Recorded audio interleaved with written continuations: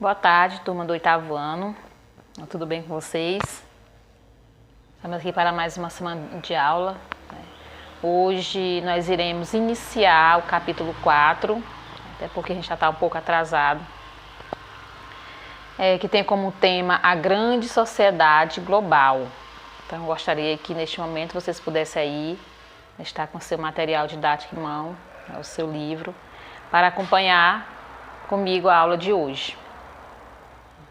Então, nesse capítulo, a grande sociedade global, nós entenderemos que além da economia, a globalização é a construção de um grande mercado global, em que valores e culturas devem ser preservados diante da padronização.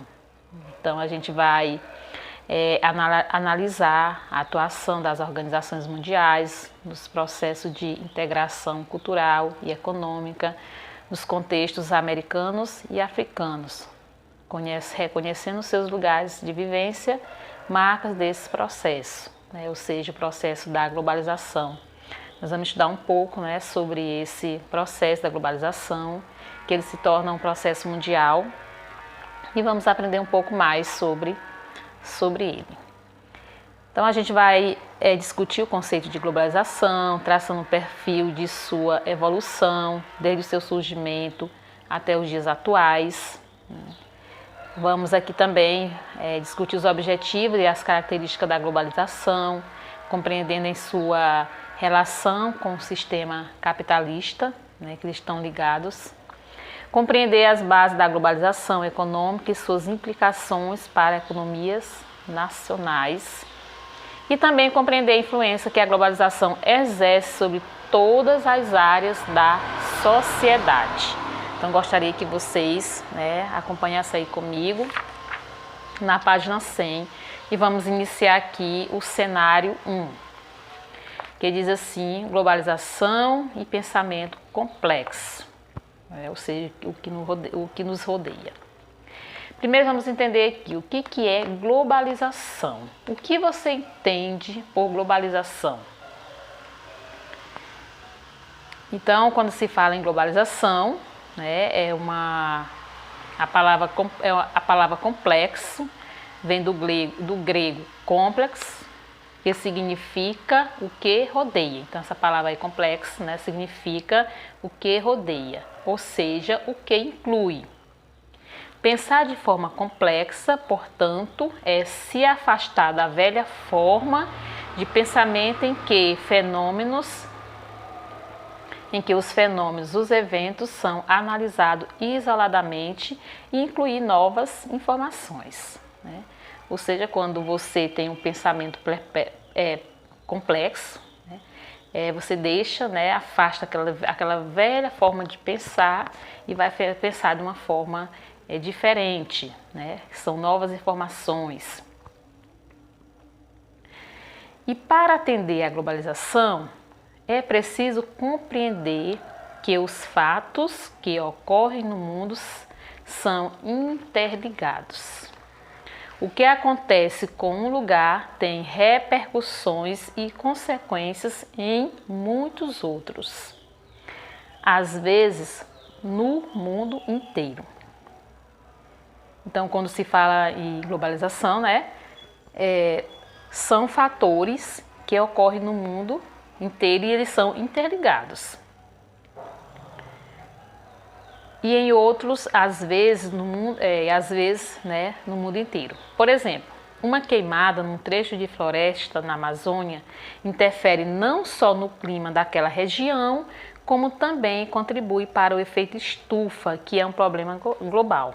Então, por isso que são fatores que eles estão interligados. Então, quando acontece em determinado lugar, não vai afetar somente aquele lugar, mas assim outras regiões. Então, por isso que como esse exemplo, uma queimada num trecho de floresta na Amazônia interfere não só o clima daquela região, como também contribui, ou seja, aquela queimada ela vai contribuir para o efeito estufa, e esse efeito estufa ele vai causar um problema global, não só naquela região, mas global. Então, quando se fala da globalização, né? Não é um fato que acontece repetidamente, mas é um processo pelo qual o espaço mundial ele foi adquirindo unidade, principalmente mercadológica, né? Que essa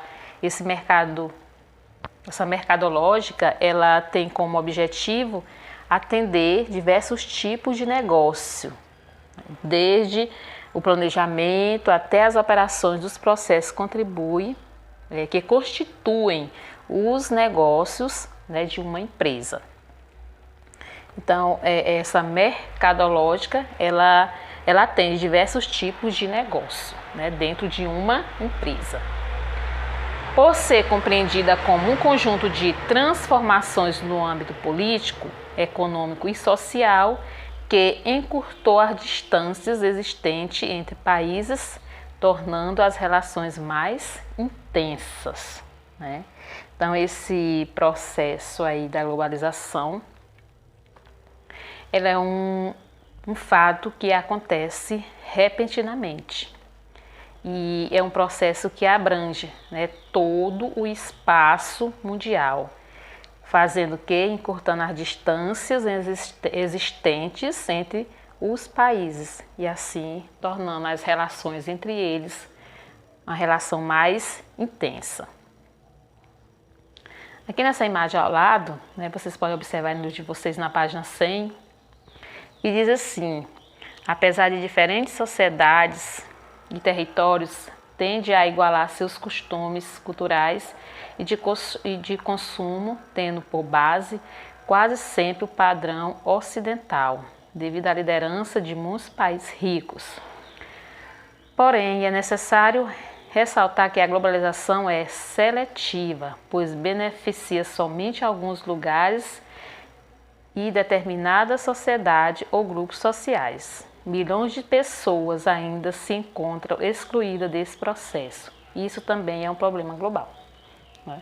Então, a globalização, né, ela não abrange a sociedade global. Ela é seletiva, porque ela beneficia apenas alguns lugares e uma determinada sociedade exclui outras. Então, isso vai causar o quê? Um problema global, porque não atende, né, toda a população. Ela termina sendo um processo seletivo, atendendo uma sociedade e outra não. Então, isso vai causar o quê? Um problema global. E vai atingir milhões de pessoas que ainda se encontram excluídas desse processo da globalização. E na página 101, né, continuando, diz assim: o processo da globalização remonta às grandes navegações europeias, que com o comércio transoceânico esboçou inicialmente a organização de um espaço mundial globalizado, na qual os estados europeus e as colônias definiram suas funções produtivas. Então, esse processo da globalização, né, ele remonta às grandes navegações, ou seja, iniciou ali nas grandes navegações, que com o comércio, né, esboçou inicialmente a organização de um espaço mundial globalizado, né, porque naquela época naquelas grandes navegações, eles viajavam em busca, né, de lucro, né, em busca de riquezas, e tudo isso iniciou-se aí, o processo da globalização. E com isso, né, a organização de um espaço mundial globalizado, na qual os estados europeus e também as colônias, né, definiram suas funções produtivas. Ou seja, aqui mesmo no Brasil, que era uma colônia de Portugal, que o objetivo, o interesse dos portugueses não era de povoar e sim de explorar, aí eles levavam toda a riqueza, né, para suas colônias, se tornando elas o quê? Potências, né? E essas colônias se tornavam o quê? Produtivas, porque eles tiravam o lucro, né, tiravam toda a riqueza e levavam para as suas colônias, e assim tornando ela ainda mais desenvolvida. Então, as grandes navegações, né, elas foram um episódio da Idade Média, marcado por gerar grandes transformações na humanidade e a exploração do Novo Mundo pelos países ibéricos, que foi Portugal e Espanha, fez surgir uma nova área de influência para os europeus, que rapidamente foi impondo seu estilo, né? Hoje, o continente americano apresenta uma boa parte reflexo do modelo colonizador dos países da época. A maior parte hoje do continente americano, né, ele apresenta em boa parte, né? Aí nós podemos ter o exemplo dos Estados Unidos, né, do Canadá, que são os países desenvolvidos do continente americano, porque o tipo de colonização, né, foi de povoamento e não de exploração, diferente aqui, né, dos países da América do Sul, que foi de exploração, né, apenas tirava os seus recursos, né, o qual, né, eles estavam atrás e levava para suas colônias. Então, por isso que diz, hoje o continente americano ela apresenta em boa parte. Então, alguns países são desenvolvidos, né, e outros não, que é o modelo desse tipo de colonização. Aqui no cenário 2, temos aqui a evolução do processo de globalização, as grandes navegações.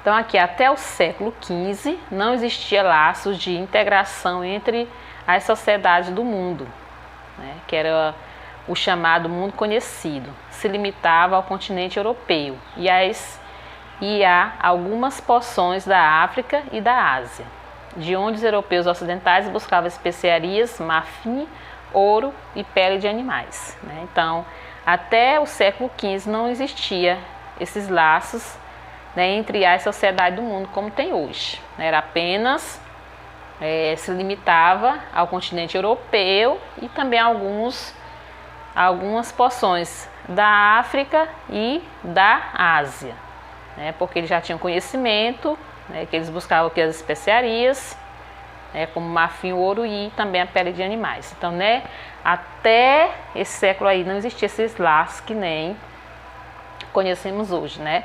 Essa ligação entre os países, essa relação entre os países. Aqui ao lado abaixo nós temos um mapa, né? O mapa mundi de 1489. Ele omite boa parte do continente americano, o que se explica pelo fato de ainda não conhecer tais terras nessa época. Então, como eles não tinham conhecimento, né, de alguns lugares, né, do planeta, eles só tinham conhecimento aí, como fala acima, do continente europeu, algumas porções da África e também da Ásia, e aí para eles os demais era desconhecido, né? Então ele está representando boa parte, né, do continente americano e que se explica pelo fato de ainda não conhecer tais terras nessa época, conhecia apenas uma parte, né, do planeta. Então, para nós entender, a globalização ela é a fase mais avançada do capitalismo. Então, como a gente viu aqui, que a globalização, né, ela é seletiva, porque ela beneficia somente alguns lugares. Então, nós podemos dizer aqui que ela predomina, né, predominante no mundo desde a queda do socialismo, e que seu objetivo de integração mundial foi facilitado por dois fatores principais. Quais são esses dois fatores? As inovações tecnológicas e o incremento no fluxo comercial global. Então, nós podemos dizer que hoje o mundo ele funciona como uma aldeia global, né?